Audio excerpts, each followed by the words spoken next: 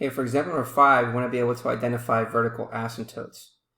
Vertical asymptotes of a rational function may be found by examining the factors of the denominator that are not common to the factors in the numerator.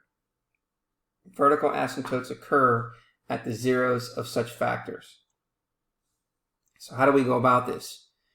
Given a rational function, we want to identify any vertical asymptotes of its graph. Step 1, we factor the numerator and denominator. Step 2, we want to note any restrictions in the domain of the function. 3, we reduce the expression by canceling common factors in the numerator and the denominator. Step 4, note any values that cause the denominator to be 0 in this simplified version, and these are where the vertical asymptotes occur. Step 5, note any restrictions in the domain where the asymptotes do not occur. These are removable discontinuities or holes. So for example number 5, we want to be able to find the vertical asymptotes of the graph of k of x, which is equal to 5 plus 2x squared over 2 minus x squared. Now first, factor the numerator and denominator. Now the numerator is already factored, so there's nothing for us to do there. Now the denominator, we need a factor, which is 2 minus x squared. So what I've done here to the right is that I reordered this and wrote this as negative x squared minus x plus 2. Now since we had the negative at the beginning part of the coefficient, I'm going to use the AC method to factor. So using the AC method, we take negative 1 multiplied by 2, which is equal to negative 2.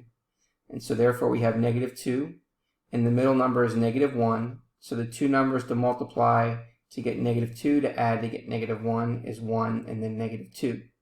And now we're going to write those as the two middle terms to create 4 terms. So the first term is negative x squared plus 1x minus 2x plus 2, and then we factor by grouping. So factor out of the first two terms, we factor out an x, and what's left is negative x plus 1. Then we're going to write the same thing on the other side, negative x plus 1, and so what we would factor out over there is plus 2. So now we can factor out negative x plus 1 times x plus 2, and then we can rewrite it so it looks like what the denominator does in the example. We have 2 plus x times 1 minus x. So now that we've factored the denominator, to find the vertical asymptotes, we determine this where this function will be undefined by setting the denominator equal to 0. So we're going to set both of them equal to 0 and then solve for x.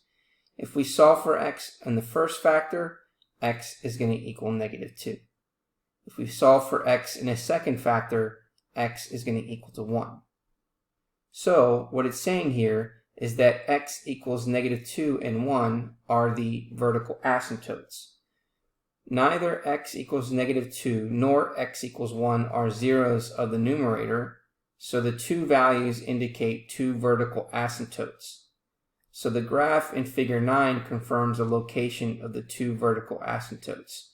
So we have an asymptote at x equals negative 2 and an asymptote at x equals 1.